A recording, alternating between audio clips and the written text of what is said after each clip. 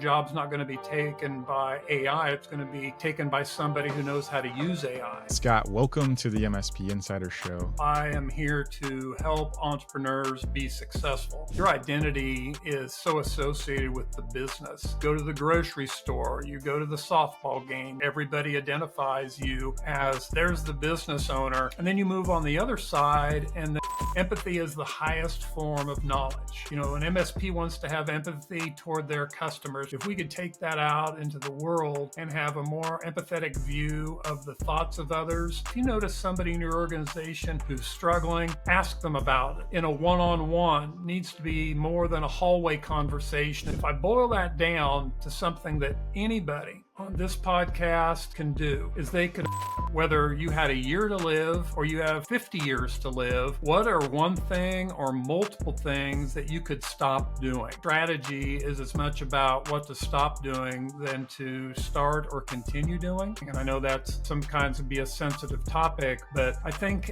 Scott, welcome to the MSP Insider Show. Please tell the audience who you are, what you do, and why the hell that you do it. Yeah, Jeffrey, first, I'm just really glad to be here. I appreciate the invite. I appreciate Arlen's question to bring me on. But I'm someone who's, while I've worked in IT, I never really fixed a computer or written a line of code. So as I tell people, I am here to help entrepreneurs be successful. And that comes through a number of different ways, but that's really my motivation. My wife and I don't have kids, so while I don't consider adults to be my kids, I consider the peer group members, I consider the other people that I'm fortunate enough to interact and guide and share even small pieces of experience, takeaways, lessons learned, and wisdom with.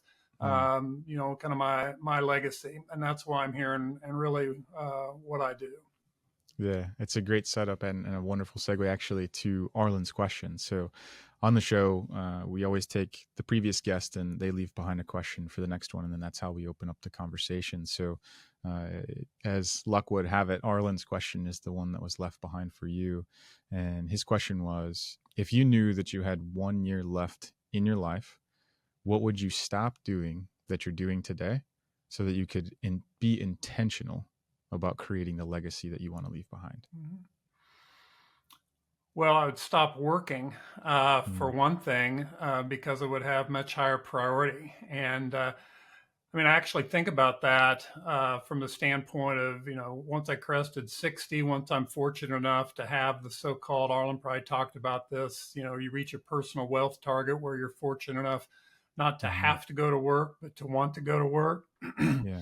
So I would stop working and make some choices around, I've got a small family, but, really doubling down on making an impact. I would leverage tools like podcasts where it's one-to-many instead of one-to-one. I've done a lot of one-to-one and small group, but I would make sure that I had that impact. So stopping work, continuing exercise, being healthy, but if the date was drawn and that's what it was, that would be my focus. Yeah, that's great. And the one thing that I know that you've really carved out through your path is ultimately your work on the mental health advocacy, specifically in our space.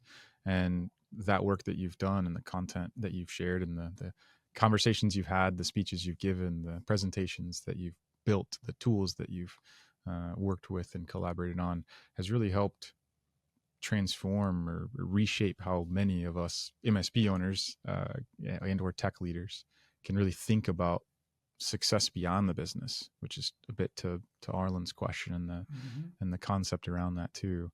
And today I know we're going to dive fairly deep in different ways into the hidden emotional realities behind those mental health struggles and business transitions, and ideally even the part that no one really talks about, which is the chapter that begins after the exit, so to speak. So before your advocacy and before your leadership, like where you are today, there had to have been this moment, like the collision between this business first culture and mental health reality. Tell me about the first time that you realized that the way that MSPs handle mental health or don't handle mental health was fundamentally broken.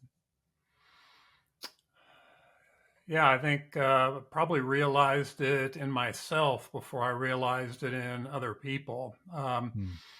When I started in really technology, that was long enough ago that, companies were VARs before they were, I mean, VARs still obviously exist, but there were Yeah. VARs and then there were solution partners and there were MSPs. And we evolved to where we are today. But, back when I really started that in, say, 96, 98, 2000, that kind of time frame, I mean, I was a workaholic, and Mm. I still work a lot, but not that much. And at the time, I really realized that um, I was young enough, but I didn't really have a problem working to where I was essentially burning myself out. And even at that time, I'd been diagnosed with bipolar illness, and it wasn't work because I was bipolar. It was really self-driving, and that came from my early days. I mean, all the way back to junior high, high school, whatever the case could be. Hmm. But it was at that point that I kind of looked around and then started talking to others, and I got involved in communities. That's how I first met Arlen, for example. I've known Arlen for 25 years Yeah. and just started to, kind of see another layer of people who are strong on the outside. They're leaders, they're business owners. In many cases, with my age, they're the boomer generation, and it's unacceptable to, at that time, talk about the stigma of Mm. mental health, even Yeah. stress. It was a sign of weakness. And Yeah. fortunately, some of that has changed, especially as younger generations have moved up and into leadership roles. But it was really at that time, I think, that I saw how there was really more so a need than an opportunity. I wasn't looking at it from a business opportunity perspective, like I conducted a SWOT or anything like Yeah. that and determined a Hmm. fit. But then as I moved forward, and I was fortunate to have the support of Arlen and the support of ConnectWise for that standpoint. I mean, I was able to go to, at the time, CompTIA events and speak on the topic, and Mm. into the Evolve peer groups and speak on the topic, and do additional podcasts and that kind of thing. And that's where it really kind of snowballed up to where, and we can talk more about this, the numbers, the impact, the stories, you speak in front of a group of 20, and those one or two people that come up to you afterwards, Yeah. maybe in tears, maybe not, or they'll, hey, can I call you later and talk about this one on one? And that's where you really realize that if you slow down enough, you can really hear from people that are really struggling deeply. And in many Hmm. cases, it's as much personal as it is work. But as we know, there's such a blending of those now Yeah. that it's hard to say, well, this is a work issue and this is a personal issue. Yeah. How did that realization change the way that you saw yourself, not necessarily as a business leader, but as a human being?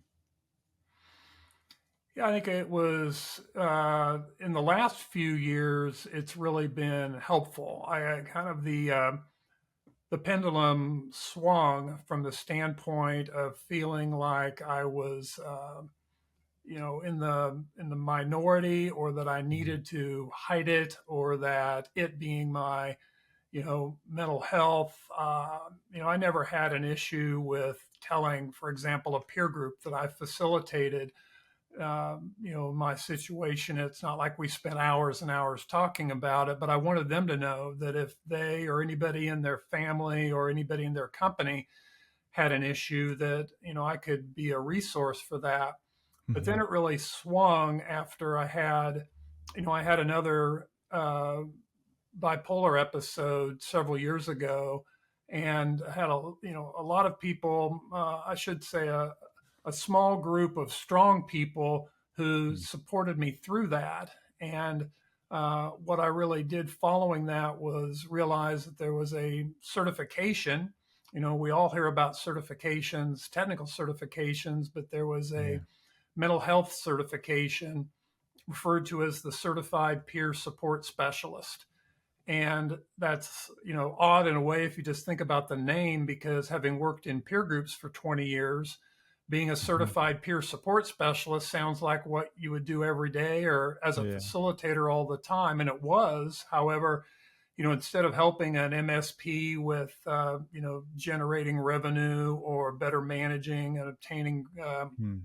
gross margin on services or dealing with hiring or all the MSP topics, it was outside of that, specifically designed to help people with behavioral health challenges. Mm. So a classic case of somebody who is a certified peer support specialist would be maybe working at a behavioral health center. They'd be on the other end of the phone when somebody called in and was having a mental health crisis, or maybe they're coming in for the first time.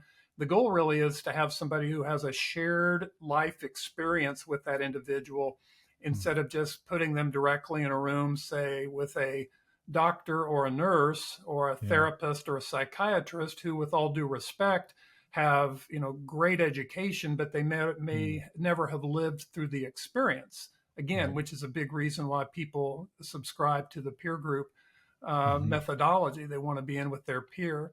So that was kind of the pendulum swing when it went, from really once I had that. It wasn't the credential as much. It was just kind of the better understanding and the empowerment that came through that. That kind of dovetailed into some speaking Right. and getting in front of people on stage, telling my story in a way Hmm. that I could really see was resonating with people, is how that change was made in my life as I went through as somebody who, as evidenced by this podcast. And would I have done this podcast 10 years ago? Probably not. Would Yeah. I have done this, in the last couple of years? Yeah, definitely so. Yeah.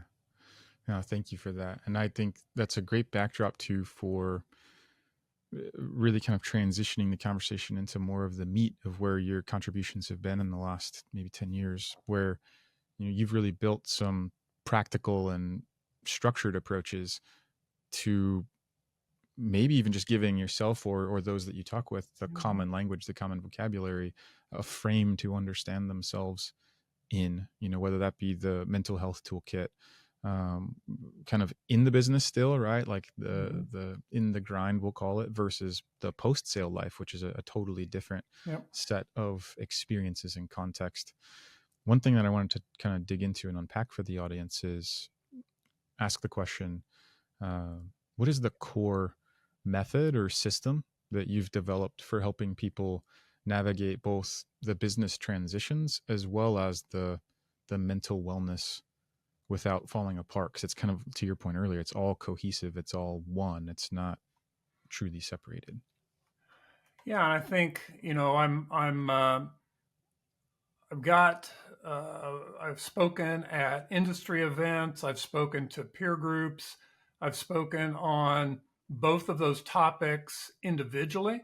Um, I'm kind of gluing them together or Sure. meshing them, if you will, to where they're both topics that are very they have a lot of content. They're very meaty. People need to think about them. They need to digest them, and therefore it's a little challenging to, when somebody gives you a 45-minute speaking slot, to really go into much depth in Yeah. either the what I call like mental health and stress in the workplace, or the other topic,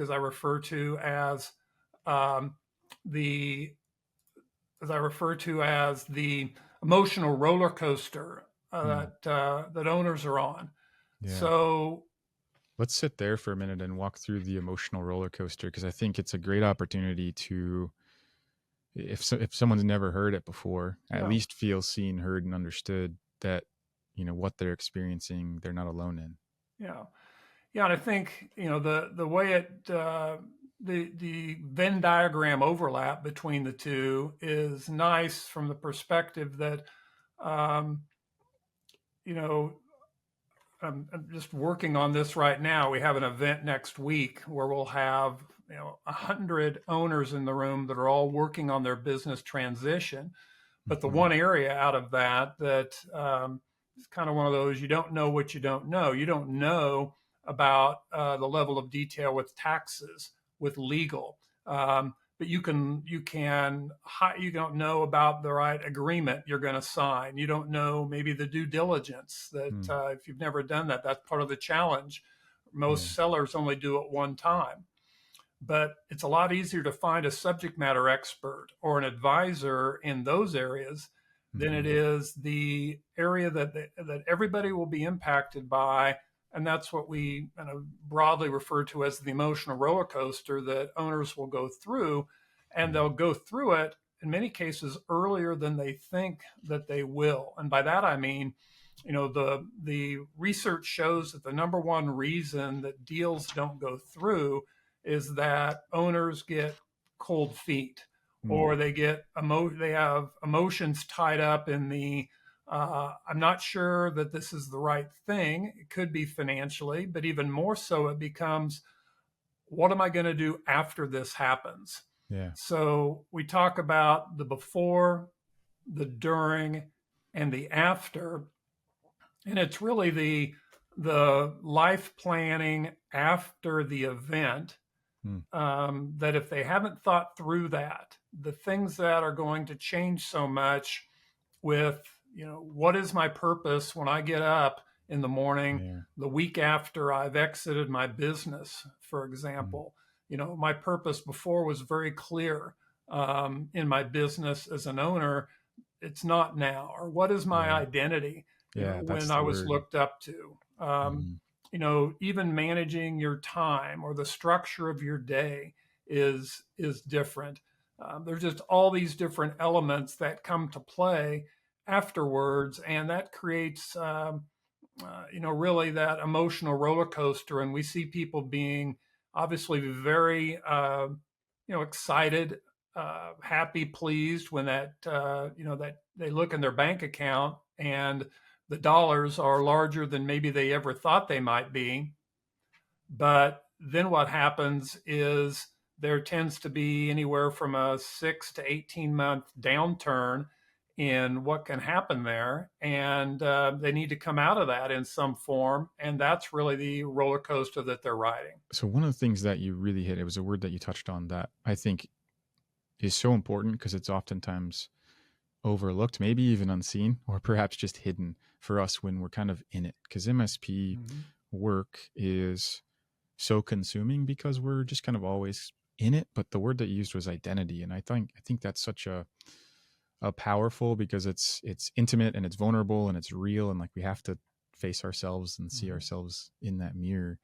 Um, in your work and in your exposure to so many people, what do you think is the most um, misunderstood part about whether it's just identity or mental health and identity loss after the sale, which is kind of what you're talking through? Yeah, I think there's clearly. I've read about this. I've actually interviewed many partners and their employees, and written got like a 55-page white paper on this Mm. topic. That's 80+% quotes from partners of what they experienced when they went through this transition, Yeah. and the vast majority, it's rare I don't know that anybody ever said they were happier after the sale in Mm. terms of if they kept on working. That's a Yeah. case, admittedly, that tends to be more I'm not knocking private equity at all, but they may have sold and kept on working. But I think more specific to your question is, there's some cases would some people refer to it as maybe a relaxation, taking that deep breath because the Mm. pressure's not on. Maybe they've taken some chips off the table by selling some percentage of their other business. But at the same Yeah. time, there's always that question of, am I ever going to have the enjoyment that I had before? Even if, for some people, some level of pressure and good stress Mhm. is enjoyment. Um, I think, though, that specific to identity, I just kind of, if you just think of it as kind of a hard line that happens on either side of the transaction. I'm not saying it happens just instantaneously once all the Sure. attorneys are in the room and you sign. But at Yeah. one point in time, your identity is so associated with the business. I mean, you are identified as a leader, as a successful business owner. Your employees identify with you that way. Your vendors identify with you that way. Your peers, Mm-hmm. you go to the grocery store, you go to the softball game, you go to church, and everybody identifies you Mm. as there's the business owner, there's the IT guy, there's the Mm-hmm. person that does great things related to tech. And then you move on the other side, and I'm not saying that everybody goes this route, but if you just think of the identity associated with, quote, retirement, Mm. and if you just pause on that a little bit and just think about, if you close your eyes and just think what goes through your head when somebody says they are retired, and they might use the term semi-retired and they may joke Sure. around a little bit. And in our industry, there's so many people that, maybe sell their business and they're semi-retired, or they're a coach, or Mm-hmm. they're a consultant, or they continue to facilitate. But regardless, it's not the same. Yeah. And their employees, their vendors, their community will never view them the same. Their spouse, their kids, it Mm-hmm. will always be different, and that kind of cascades. And do they have a north star from a purpose perspective? Mm-hmm. How are they going to structure their day? I know a lot of people who have never been at home with a spouse, male or Yeah. female, however that works. And all of a sudden now they're really struggling. And Mm-hmm. so I think the identity piece is underestimated. It's part of that emotional roller coaster, and finding that it marries up very nicely both with purpose Mm-hmm. and with the change of relationships. I mean, so many relationships, almost like turning the Rubik Cube or putting on a different set of glasses.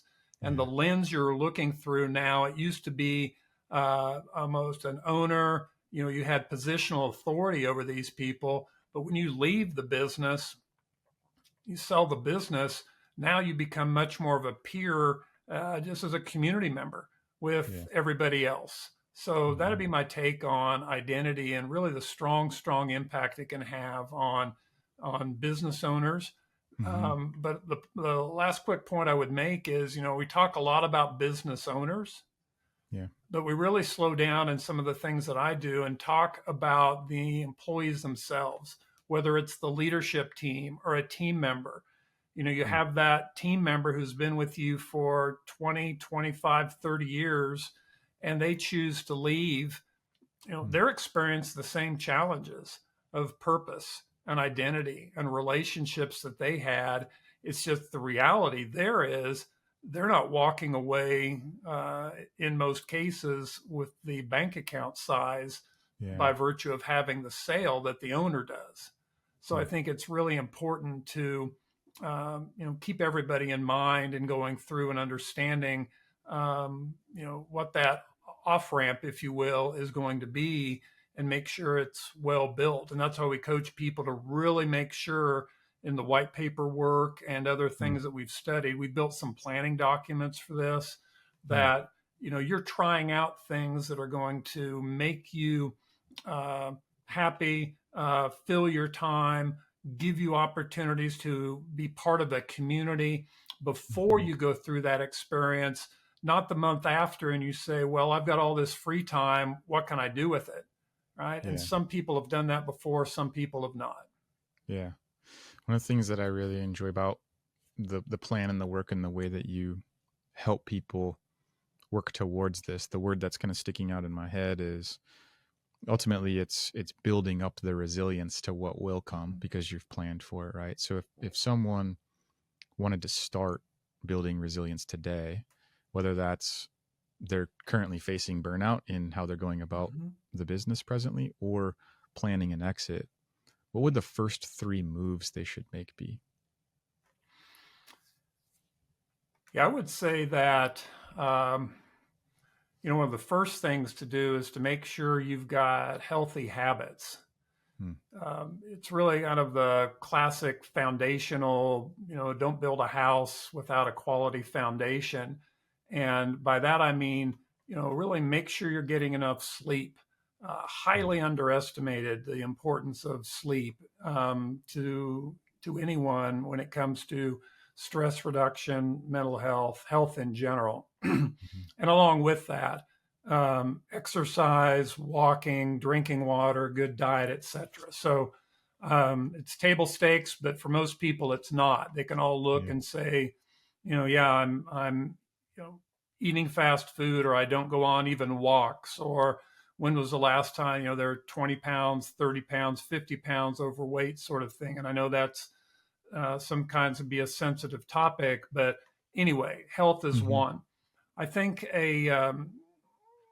another thing to do is it relates really to a question that you asked me that Arlen asked at the very beginning Hmm. is whether you had a year to live or you have 50 years to live, what are one thing or multiple things that you could stop doing?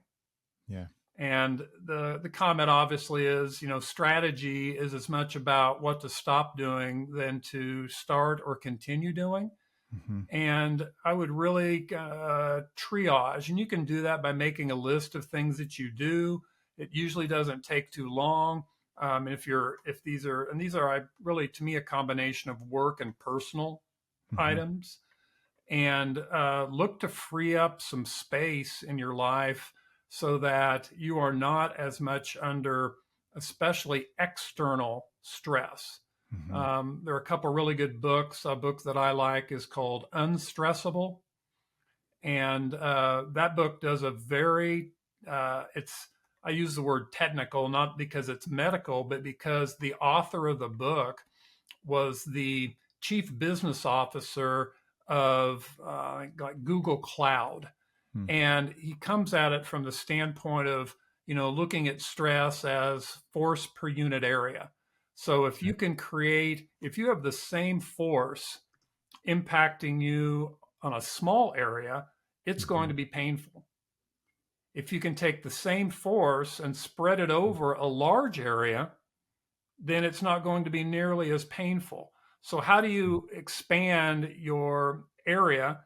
And you can Yeah. do that through some of these pursuits of other activities. Yeah. As a business person, expanding your area can be through delegation. You Yeah. can build resiliency. You can take some of those deep breaths by not feeling like you need to own it all. Hmm. On the personal side, you can expand your area by, it doesn't all have to be exercise, but you may choose some new hobbies. Hmm. There are lots of things that we could make a list, and that's part of the planning exercises we do is to say, on the other side of my exit, what are two, three, four things that I could try now? Hmm. I may fail in them. I may not like them, but Yeah. I'm way better off deciding, do I like photography? Do I like hiking? Would I ever want to play a musical instrument? Is gardening for me? Do Hmm. I want to go to some more concerts or travel? Try some of those things out beforehand so you're well equipped on the Hmm. backside. So I'd sum up my third area of being, classic Stephen Covey of being proactive. Hmm. Don't let this whole resiliency be one of reaction, but Yeah. one of proactivity in how you address it. Yeah. And then because you're proactive, you're almost giving yourself the grace of being a little fluid with it, right? Yeah, Like, if to your point, if you're testing some things you thought you might enjoy, but then you realize that it's not quite for you, you still have the time and freedom and perspective to try something else yeah, versus, oh, I always thought that it was going to be this, and now it's not. So now what? And it would right, feel a lot more right. paralyzing. Right. I think Yeah. it's really difficult as an MSP because there's always something new, Hmm. and you always feel, I think, some degree of FOMO in Yeah. terms of, well, it just went through, all these iterations. Do I have my cloud business model figured out? And now all my clients want to move to cloud. And oh, wait, now I need cybersecurity. And oh, there's all these different options for building a Mhm. cybersecurity practice. And oh, now it's hyper automation and RPA. And can I do all of that? And oh, wait, now it's, pure AI and a generative, AI. Mhm. And how am I going to manage that? And at what point, there is no finish line to being an MSP until you decide that there is, or you start drawing a line. Mhm. And you can the life and your team, and in many cases, until they won't, your family will let you continue to run down that path. So that's Mhm. kind of where I'm getting to the point of saying you've got to assess what you can stop doing or Yeah. dial back or delegate to the point where others can help you, or you can, quite honestly, you need to build other leaders in your organization to take the load of what you might try to do on your own. Yeah. I really like the that visual that you gave earlier too about creating the space. You know, the Mhm. we get so consumed in this business and maybe others, but specifically in this business with the illusion of activity or the illusion of Mhm. productivity because there's no shortage of things to do or get Yeah. done. In some cases, I think we even maybe hijack the brain to release some good brain chemicals to overcome a lot of what we aren't Yep. or what we're talking about, but what the industry doesn't usually talk about. Um, and maybe we pivot there to peel back some of the layers on how sometimes this topic is even felt in the industry because it seems to me, at least in my limited experience compared to yours, but the topic of mental health um, or mental well-being even Mhm. is for the industry. Whenever you bring it up in tech circles, for example, there's some resistance or maybe it's skepticism, maybe it's just silence, sometimes maybe even shame, but maybe it materializes or manifests a little bit differently. What do you think the biggest pushback is that you hear when you bring up mental health sort of to the forefront of the community conversations you're involved with? Yeah, I think like a lot of things, it's the classic 80-20 Pareto, where the good Mm-hmm. news now, I think, is from a decade ago, it's more 80% of people have open minds to at least listen and hear about it. Maybe 20% or so, or even less, don't. Yeah. I'm very fortunate given the audiences that I'm in front of. That number is probably more like 90-10, where Mm-hmm. with the 10 even being the case of concerns with the legalities, or Sure. is this the role of my company as opposed to the individual or the family, or they've had some kind of negative experience where maybe they've had somebody who worked there for their company, and they made attempts, they made real heartfelt and Mm-hmm. wise attempts to help, but after repeated struggles, they're always wondering, can I let this person go? Or how much effort do I really have to put in to Mm. try to accommodate this individual in my organization? But I think collectively, people are very open. I talk about the fact that, once we get through, the major issues classically have been the need to open people's minds to the fact that they can get through stigma. Mm. Coming off of COVID, there was a situation of needing a whole different perspective on how to manage individuals and teams, Yeah. especially in hybrid work environments. Mm-hmm. And you really struggled there because so many people were working from home or not engaged, and you dealt with a lot of loneliness and those sorts of things.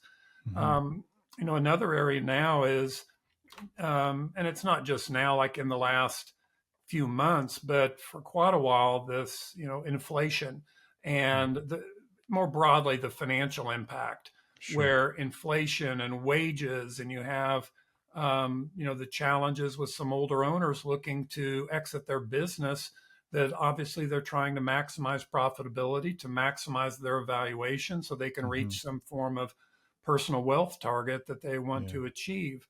And then you have the entire kind of family overlay, certainly last but not least, where you've got everything from the social media impact to the challenge, all a number of other challenges I won't go into, but Hmm. all of that to me boils down to when I talk to people that they have a concern about what they can do legally and what they can do really just to be quality people and leaders. Yeah. And at the end of the day, to me, so much of this boils down to just the human to human caring that needs to happen. And I know Mm. that sounds, very simplified, but I've got. I mean, you and I have talked about kind of a three-step, simple and Yeah. simplistic approach to helping. But the last part of that to me is just really the need that in your culture, between people, between your leaders, even in your family, that you make it very clear that you care about others, whether they're Yeah. under stress on a given project that's going to be over in 30 days, or that they're living with it on an ongoing basis, Hmm. whatever the case could be, or that they know they can come to you. That's really something that I would want to get across to anybody listening or watching this podcast, or even certainly on an individual basis inside an organization or to family members. Yeah. And for the audience too, because I think the way that you were able to distill that down to those three things when we had spoken before was really great, and it makes it tangible and approachable. If you would maybe go into those three things and just talk us through it again. Yeah. I when I first started talking and you start presenting, you have all these, people want frameworks. They want the nice diagram that can be on the slide so they can grasp Mm-hmm. a hold of that. You know, um, you've seen them 100 times in presentations, and they do that. Speakers do that because they work. Mm-hmm. And I have more of a timeline, like for presenting to owners, and they're talking about transition. Well, obviously, a timeline is a framework that they can relate to. Do this before, do this during, do this after. But in terms of the mental health component, I kind of built upon that classic, at least in the U.S., because it does vary worldwide when I've spoken in other countries, Mm-hmm. that the idea of people can relate to the idea that when there's a fire in the home, everybody's been taught throughout the ages to stop, drop, and roll as a way to, you know, avoid the fire and to be safe. Mm-hmm. And all I did was to build on that and say what really resonated with me is this idea that we need to start by acknowledging there is an issue, that we are under stress, Mm-hmm. that IT and certainly cybersecurity are stressful positions to be in. It can be stressful whether you work in administration, front desk, but certainly customer facing. So if we acknowledge that right up front, then we've kind of normalized that everybody can agree, kind of take that deep breath and say, all right, I'm not the only one feeling this. Mm-hmm. Step two from that to me is the education piece. And I think so many people are, on an island or don't realize that there are so many resources available, many of which are available to employees and they don't even know they exist.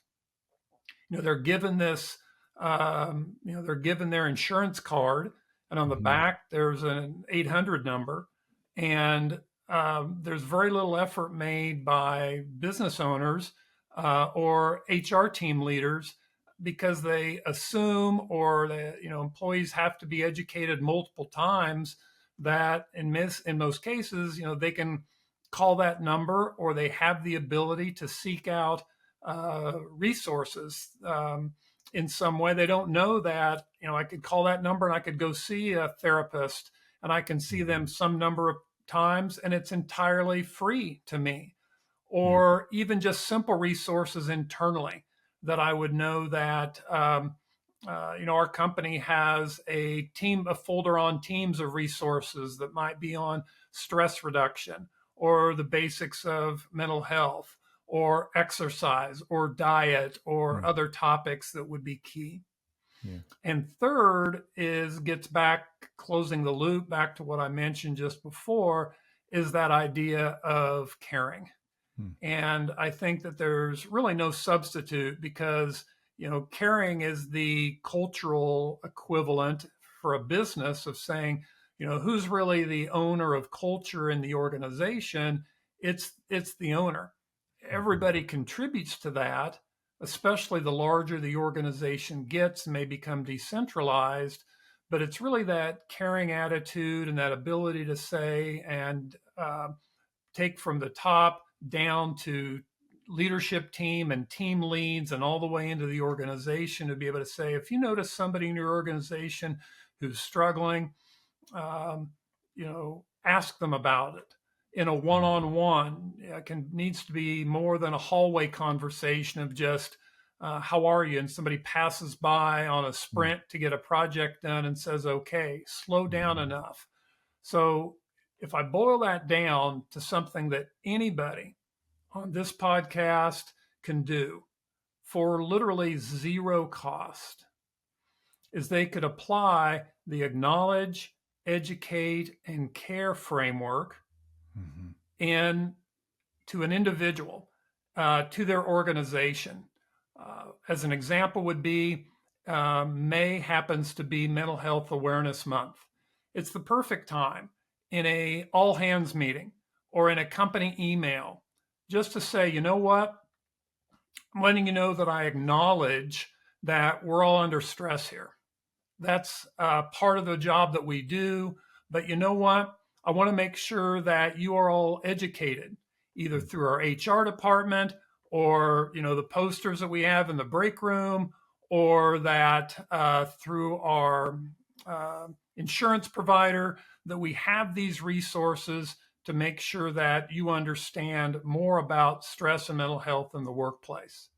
And last but not least, if you have a challenge, if you want to talk to somebody, come see me. My door is always open for a topic like this. I care about you, care about your family, and to the degree that we can help within the legalities that exist, come to your team lead, come to a location general manager if you're a multi-site company, and let's do our best to take care of those that help us all be successful. So again, acknowledge, educate, and care. Yeah. And I really like, not that any is more important than the other, but the care seems to encapsulate so much of it, right? Like if we can just show up in a way, even if we don't have all the answers, to create the space, to your earlier point, to show up for somebody, to let them know that you care, and to then just open the door to help should they want it or should they need it. And maybe they don't, that's perfectly fine as well. Is such a,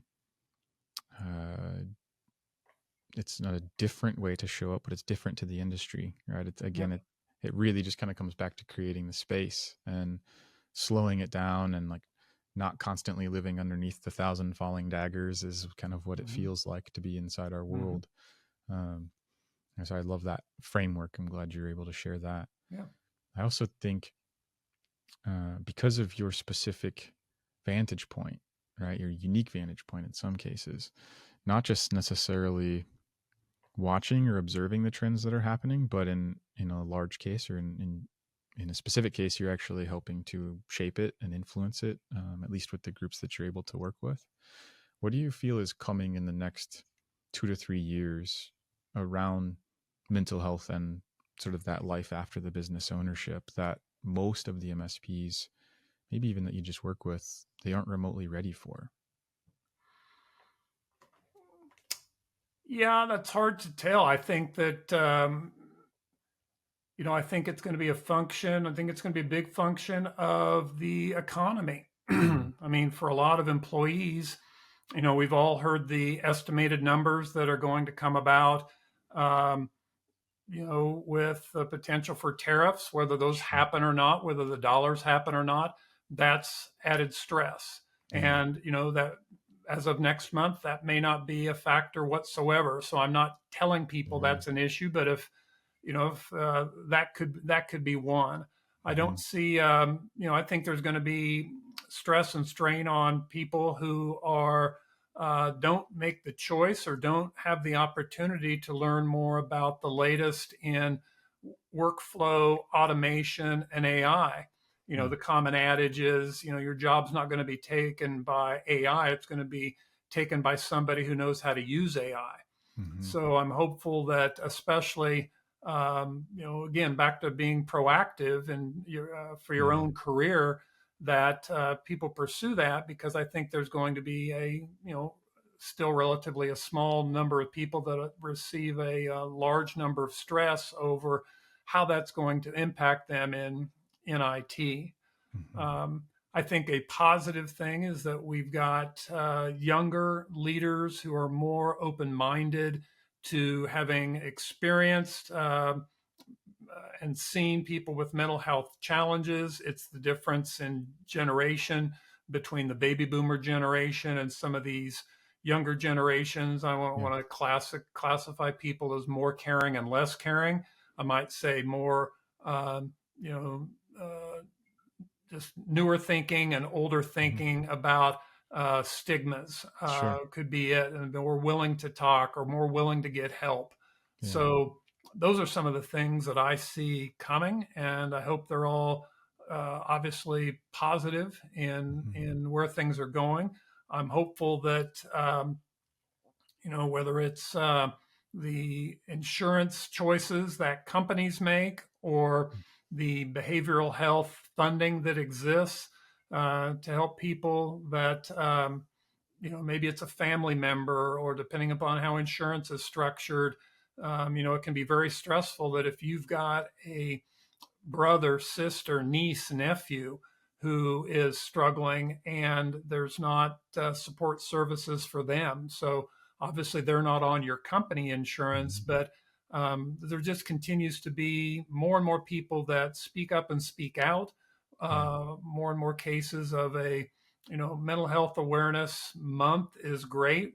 We need to continue to keep it in mind for a mental health awareness year and Sure. how things continue to pursue. I was very, I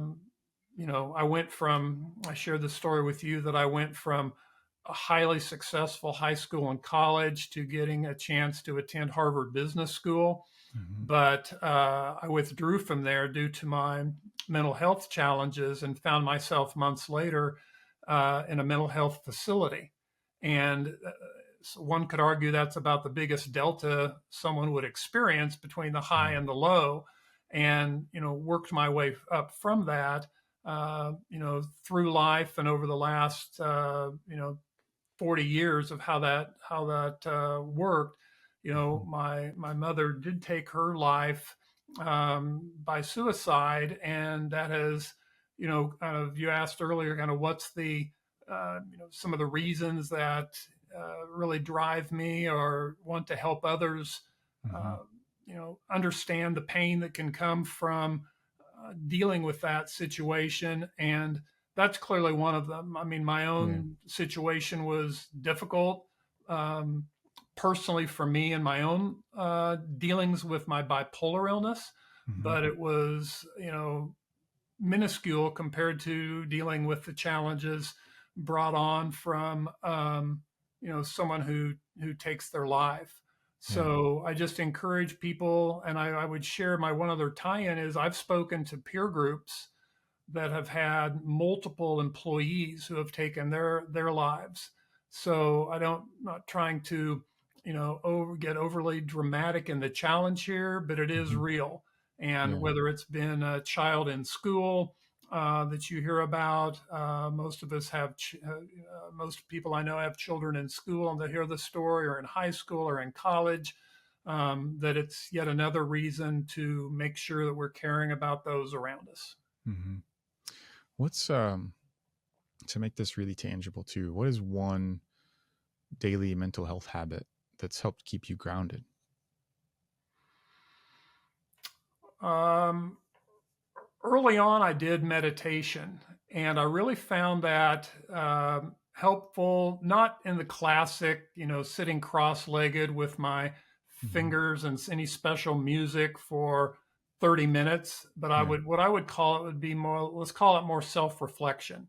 Okay. Um, and really slowing down enough, using deep breathing exercises to reduce some of that stress that we talked Hmm. about before. Um, that is one thing that I've found very helpful. It's easy to do. You can do it in the middle of the day. You can do it anywhere. And I think really has surprising results if people do it right, and do it well. Now I Hmm. would say I've moved to really being rigorous about my sleep. Hmm. And I've changed my pattern where I go to the gym every morning at 6.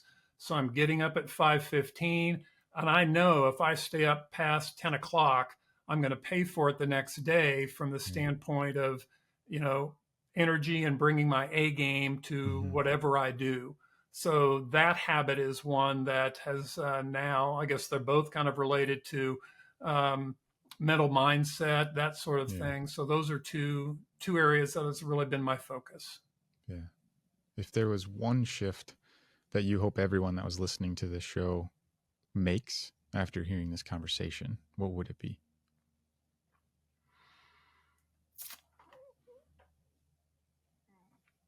Well, the easy one, based on the data, is to make sure you're getting enough sleep.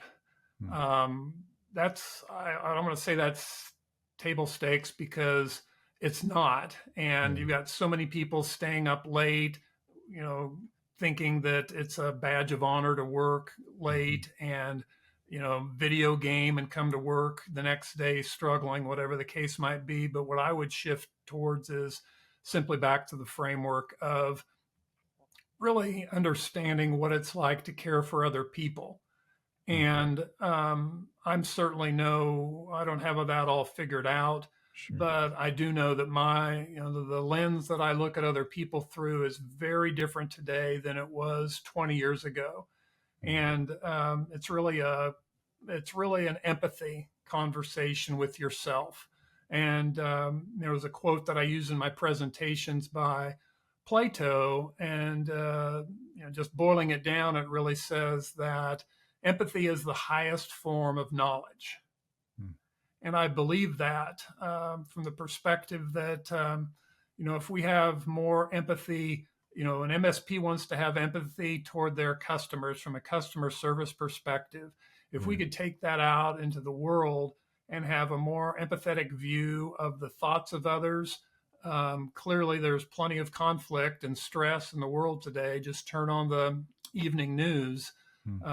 And I'm, not trying to solve the world's problems here, but just on a one-on-one basis inside your family, inside your organization, applying empathy through caring would be my one takeaway, or one piece of, if I had the proverbial magic wand to wave, Sure. that's where it would be. That's where I'd wave it. Yeah. Scott, thank you for being such a rare voice of truth and courage in the space, honestly, in a space that desperately needs it. If people wanted to reach out or get a hold of you or follow the work that you do, where's the best place for them to do that? Yeah, probably on LinkedIn. Scott Scrogin, last name is Scrogin, is a straightforward way to do it. If they want to reach me personally, they can email me at scott@scrogin, again, SCROGIN.com. I'm fortunate to have an employer in ConnectWise that supports me greatly, but a lot of times in the personal communications that I get on topics like this, people are more comfortable just emailing me directly or going through LinkedIn, whatever the case could be. Yeah, excellent. That's great. And then my last question for you is, if you could leave one question behind for the next guest of the show that they have to answer, what would that question be? Yeah, I think, unlike Arlen's question where it was if you have a year, I think I might push that out a little bit and say, if you were on this podcast 3 to 5 years from now, and whatever idea you had for success had come true, what would have to happen as key milestones, say 2 or 3 milestones between now and then to help you get there. So I'm big on beginning with the end in mind, say 3 to 5 years from now, but I'm a realist when it comes to a couple of milestones that it's going to take to help you get there. You can't just manifest success and have it happen. So share with the audience a couple of key things it would take to make sure that you are on your roadmap toward the success you want to see. Awesome. Scott, thank you again for coming on the show. Thank you for sharing your message and your story about mental health in the space. And thank you to the audience for tuning in to this one. I'll have some resources available as well in the show notes. Jeffrey, thank you.